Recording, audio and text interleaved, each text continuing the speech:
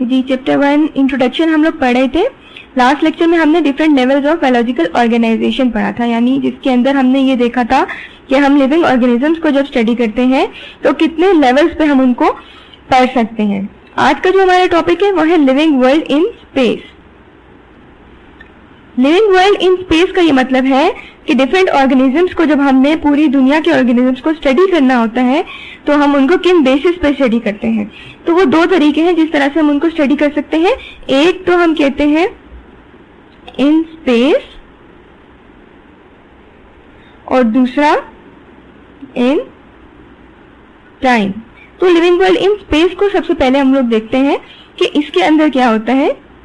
अब अगर हम अर्थ की बात करें या लिविंग ऑर्गेनिजम्स की बात करें तो जब से ये दुनिया बनी है तब से लेकर अब तक डिफरेंट ऑर्गेनिजम्स जो हैं वो इवॉल्व होते जा रहे हैं।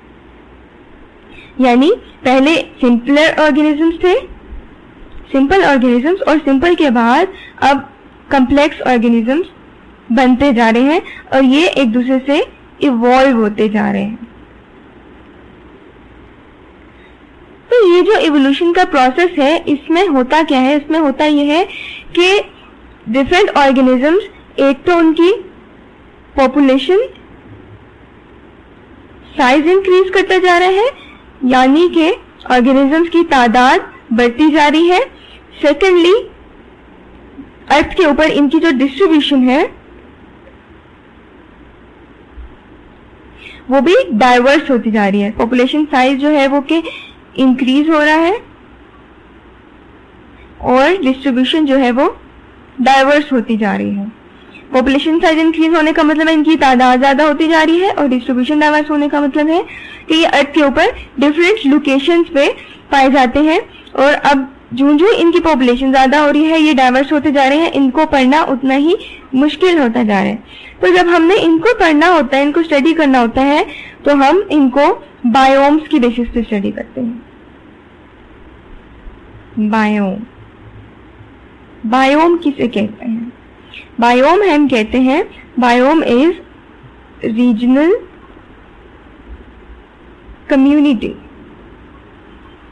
रीजनल कम्युनिटी का क्या मतलब है? रीजनल कम्युनिटी का ये मतलब है कि बायोम जो है वो किसी एक खास लोकेशन पे रहने वाली कम्युनिटी को हम कहते हैं। जैसे फॉर एग्जांपल हमने कम्युनिटी के बारे में पढ़ा था कि कम्युनिटी हम कहते हैं वो तमाम ऑर्गेनिजम्स जो डिफरेंट स्पीशीज से बिलोंग करते हो और एक ही वक्त में एक ही जगह पे रहते हो तो हम उसको कहते हैं वो एक कम्युनिटी है। तो डिफरेंट कम्युनिटीज जो कि एक जगह पे रह रही हैं वो रीजनल कम्युनिटीज, उनको हम बायोम कहते हैं। जैसे फॉर एग्जाम्पल हम देख लेते हैं ग्रासलैंड बायोम। ग्रासलैंड बायोम, तो ग्रासलैंड बायोम क्या होगा? ग्रासलैंड बायोम वो तमाम ऑर्गेनिजम्स, वो तमाम पॉपुलेशन जो कि ग्रासलैंड पे रहती होंगी, जब हम उनको स्टडी करेंगे वो हो जाएंगी ग्रासलैंड बायोम। सिमिलरली अगर हम देखें डेजर्ट बायोम तो वो तमाम पॉपुलेशन जो कि डेजर्ट में रहते होंगे उनको हम कहेंगे वो है डेजर्ट बायोम। तो जब हम लिविंग ऑर्गेनिजम्स को स्टडी करते हैं on the basis of their biomes, biome की बेसिस पे, या फिर हम देखते हैं कि अर्थ के ऊपर उनकी डिस्ट्रीब्यूशन कैसी है स्पेस की बिना पर, यानी कि जगह की बिना पर ऑर्गेनिजम्स कहाँ कहाँ पाए जाते हैं, तो हम कहते हैं कि हम लिविंग वर्ल्ड इन स्पेस को स्टडी करें। नेक्स्ट जो हमारा क्राइटेरिया है जिसमें हम लोग लिविंग ऑर्गेनिजम्स को स्टडी करते हैं वो है टाइम। यही हमारा नेक्स्ट टॉपिक भी है, living world in time. Time हम कहते हैं वक्त को। तो डिफरेंट लिविंग ऑर्गेनिजम्स जो कि टाइम के हिसाब से, वक्त के हिसाब से डिफरेंट टाइम पीरियड्स में अर्थ के ऊपर ऑरिजिनेट होते रहे, उनको जब हम स्टडी करते हैं हम कहते हैं हम लिविंग वर्ल्ड इन टाइम को स्टडी कर रहे हैं। जब से ये दुनिया बनी है हम इसका एग्जैक्ट टाइम तो मालूम नहीं कर सकते, लेकिन हम इसको जब स्टडी करते हैं मिलियंस में तो हम देखते हैं कि जब दुनिया बनी थी उस वक्त अर्थ के ऊपर लिविंग ऑर्गेनिज्म कोई भी नहीं था। फिर over the time different living organisms originate होते गए और उन लिविंग ऑर्गेनिज्म से मजीद लिविंग ऑर्गेनिज्म इवॉल्व होते गए। जैसे कि हमने यहाँ पे ऊपर एवोल्यूशन के प्रोसेस को देखा कि पहले सिंपल ऑर्गेनिजम्स थे और फिर उसके बाद कम्प्लेक्स लिविंग ऑर्गेनिजम्स आते गए। तो ये जो प्रोसेस है ये over the period of time होता रहा, वक्त के साथ साथ होता रहा और ये टाइम बहुत बड़ा टाइम पीरियड है, मिलियंस में हम इन टाइम को देखते हैं। तो इन लिविंग ऑर्गेनिजम्स के टाइम का हमें पता कैसे चलता है? जैसे फॉर एग्जांपल अब हमने अगर ये मालूम करना हो कि डायनासोर जो थे वो कितने साल पहले पाए जाते थे और कब इनकी स्पीशीज एक्सटिंक्ट हो गई, खत्म होगी दुनिया से, ये मालूम करने के लिए हमारे लिए बहुत हेल्पफुल होते हैं इनके फॉसिल्स। फॉसिल्स हमें ये बताते हैं कि ये ऑर्गेनिज्म कितने पुराने हैं। फॉसिल्स के अलावा हम लोग डिफरेंट रेडियो एक्टिव आइसोटोप्स को देखते हैं। रेडियो एक्टिव आइसोटोप्स के बारे में हम अपनी पिछली क्लासेस में ऑलरेडी पढ़ चुके हैं कि वो तमाम आइसोटोप्स यानी वो तमाम एलिमेंट्स जिनके अंदर से रेडियो एक्टिव रेज एमिट हो रही होती हैं, रेडियो एक्टिव रेज निकल रही होती हैं, उनको हम कहते हैं रेडियो एक्टिव आइसोटोप्स। और डिफरेंट एलिमेंट्स के अंदर या डिफरेंट सब्सटेंसेस के अंदर जब रेडियो एक्टिव आइसोटोप्स को हम देखते हैं उनकी कितनी परसेंटेज है, तो उससे हम ये डिटरमिन कर सकते हैं, ये पता चला सकते हैं कि ये ऑर्गेनिज्म या इनके जो फॉसिल्स हैं ये कितने पुराने हैं। जैसे फॉर एग्जाम्पल अगर हम लोग एग्जाम्पल लें, जैसे हम कह देते हैं कुछ ओल्डर फॉसिल्स हैं। ओल्डर का मतलब है कुछ बहुत पुराने फॉसिल्स हैं और कुछ थोड़े से न्यूअर फॉसिल्स हैं।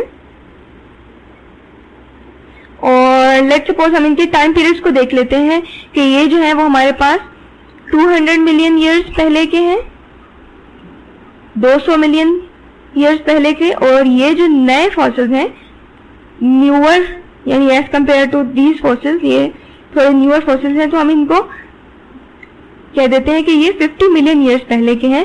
तो जो ओल्डर फॉसिल्स होंगे, पुराने फॉसिल्स होंगे, इनके अंदर रेडियो एक्टिव सब्सटेंस जो है, रेडियो एक्टिव आइसोटोप्स, वो कम होंगे यानी लेस रेडियो एक्टिव आइसोटोप्स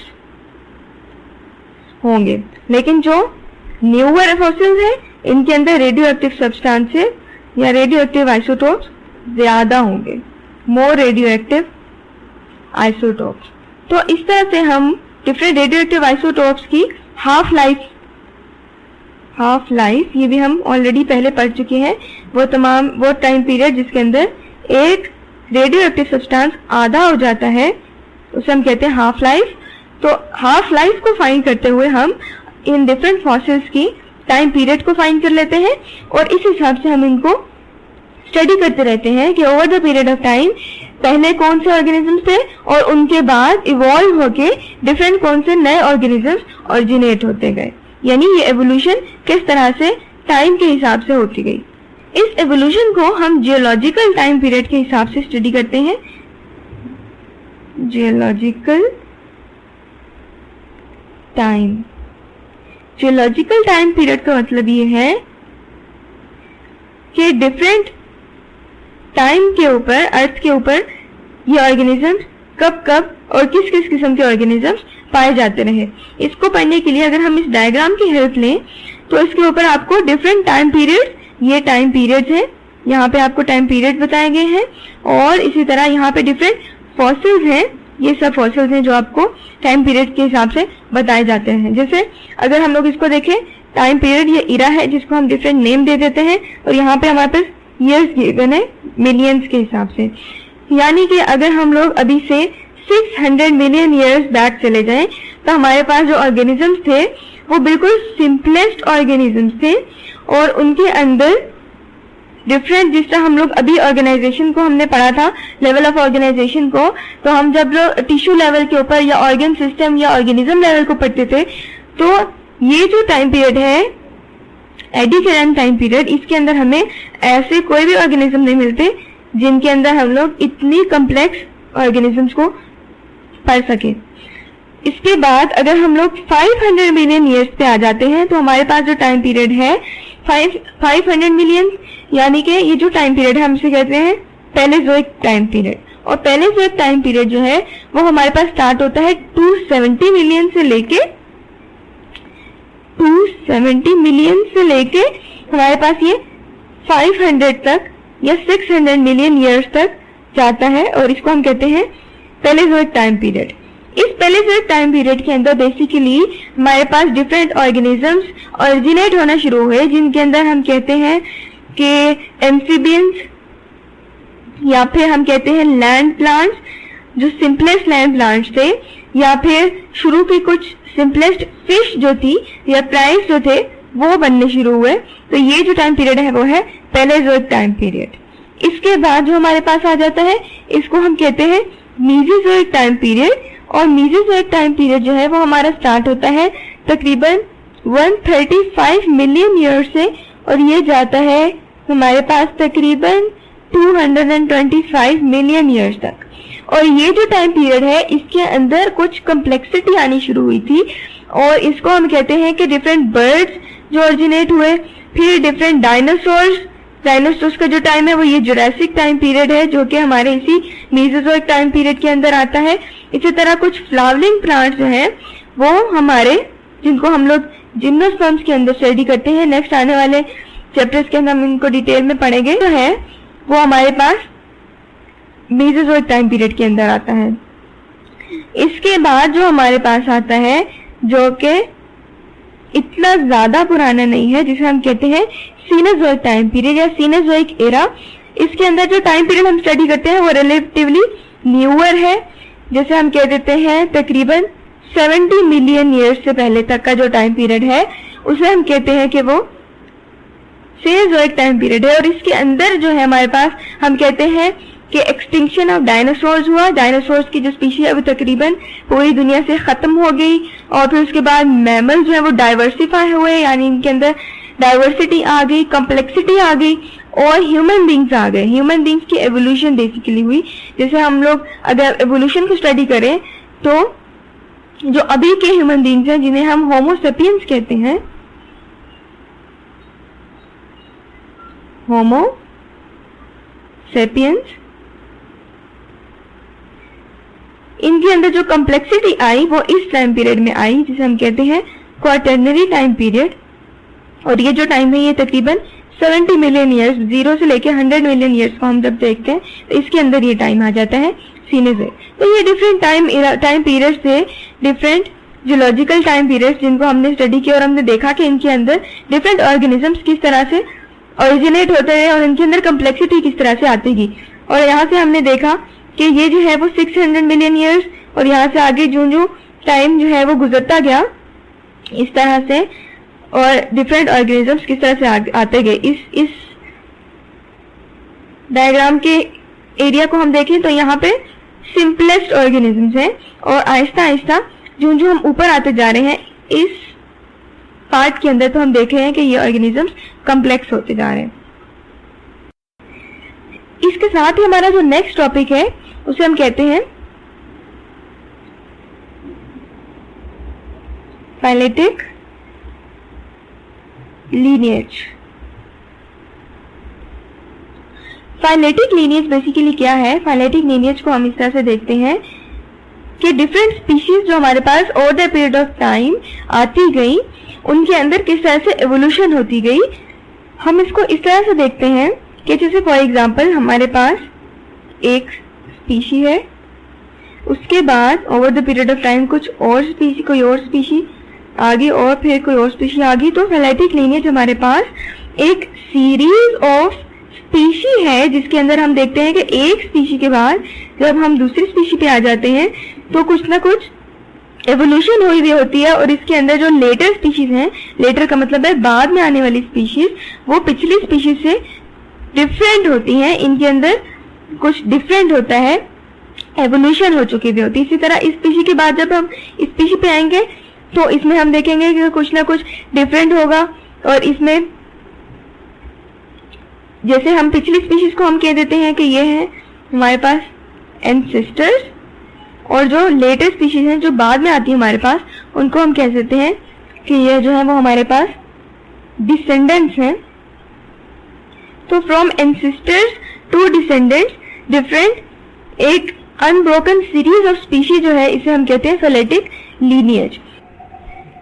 इसके साथ ही हमारे पास बायोडाइवर्सिटी आ जाता है, और बायोडाइवर्सिटी बेसिकली हम कहते हैं कि किसी भी लोकेशन के ऊपर जितने भी ऑर्गेनिज्म हैं वो कितने, उनके नंबर कितना है और कितनी वैरायटीज ऑफ स्पीशीज हमारे पास किसी भी लोकेशन पे पाई जाती हैं, तो वो हमारे पास आ जाता है बायोडाइवर्सिटी। अब अगर इनमें से हम नॉन स्पीशीज की बात करें तो जब से ये दुनिया बनी है तब से लेकर अब तक अबाउट 2.5 मिलियन स्पीशीज जो हैं वो दरियाफ्त की जा चुकी हैं, उनके बारे में हमें पता चल चुका है। यानी कि अगर हम लोग इसको नंबर्स में लिखें तो ये कुछ इस तरह से एक नंबर बन जाएगा। तो इतनी जितनी 2.5 मिलियन स्पीशीज जो है वो अभी तक मालूम की जा चुकी हैं, और इन स्पीशीज के अंदर अगर हम लोग परसेंटेज वाइज देखते जाएं तो तकरीबन आधी जो है वो इंसेक्ट्स हैं। हाफ मीन्स के 50% इंसेक्ट्स हैं। इसी तरह तकरीबन 17.6% हमारे पास वेस्क्यूलर प्लांट्स हैं, 19.9% हमारे पास एनिमल्स हैं। एनिमल्स वो एनिमल्स जिनमें इंसेक्ट शामिल नहीं है। इसके बाद तकरीबन 9.4% हमारे पास फंजाई है, एल्गी है, और इसके अलावा हमारे पास डिफरेंट प्रोटिस्ट वगैरह आ जाते हैं। इस तरह के जितने भी ऑर्गेनिजम्स हैं वो 9.4% जो है अर्थ के ऊपर पाए जाते हैं। अभी तक के एक एस्टिमेट के मुताबिक अर्थ के ऊपर तकरीबन 5 से लेके 30 मिलियन स्पीशीज जो है वो प्रेजेंट है, और इन 5 से 30 के दरमियान की जितनी भी स्पीशीज हैं उनमें से हमें सिर्फ 2.5 मिलियन स्पीशीज के बारे में पता है। यानी हम जो क्लासिफिकेशन करते हैं वो सिर्फ इन 2.5 मिलियन स्पीशीज की करते हैं। अब इस सब में हमें एवोल्यूशन को स्टडी करने का क्या फायदा है? एवोल्यूशन को स्टडी जब हम करते हैं तो हमें ये पता चलता है कि जो वक्त गुजरता जाता है तो over the period of time एक स्पीशीज से नेक्स्ट स्पीशीज भी जनरेट हो जाती है। यानी कि फॉर एग्जांपल एक जनरेशन है हमारे पास और उसके बाद एक नई जनरेशन प्रोड्यूस हुई है, इसके बाद इसके जो डिसेंडेंट्स हैं ये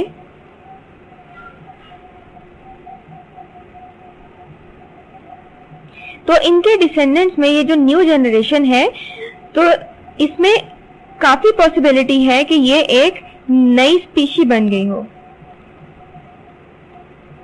न्यू स्पीशी का क्या मतलब है कि इसके अंदर इसके नंबर ऑफ क्रोमोसोम्स, इसकी जो प्रॉपर्टीज हैं वो इस पिछली स्पीशी से, पिछली जनरेशन से टोटली डिफरेंट होंगी। तो इस तरह से हम कहते हैं कि फाइलेटिक लीनिएज को अगर हम स्टडी करें यानी कि एक कंप्लीट चेन हमारे पास आ जाए सारी स्पीशीज की, तो हम कह सकते हैं कि अभी से लेके जितने भी ऑर्गेनिजम्स हैं जिनसे हम इवॉल्व हुए हम उनके बारे में बता सकते हैं। इन अदर वर्ड्स हम ये कह सकते हैं कि अगर हमारे पास कंप्लीट फाइलेटिक लीनिएज आ जाए तो हम ये बता सकते हैं कि तमाम दुनिया के ऑर्गेनिजम्स का बेसिक सोर्स क्या था, यानी कि बेसिकली वो क्या एक ऑर्गेनिज्म था जिससे इवॉल्व होके नेक्स्ट सारे ऑर्गेनिजम्स बनते गए। लेकिन अनफॉर्चुनेटली हमारे पास ये रिकॉर्ड मौजूद नहीं है, इसलिए अभी तक हम एवोल्यूशन को ऐसे ही स्टडी करते हैं। तो ये तो था हमारा आज का टॉपिक जिसे हमने देखा फाइलेटिक लीनिएज। इससे पहले हमने क्या देखा? हमने पढ़ा लिविंग वर्ल्ड इन स्पेस, और फिर उससे पहले हमने पढ़ा लिविंग वर्ल्ड इन टाइम, और उससे पहले हमने पढ़ा लिविंग वर्ल्ड इन स्पेस।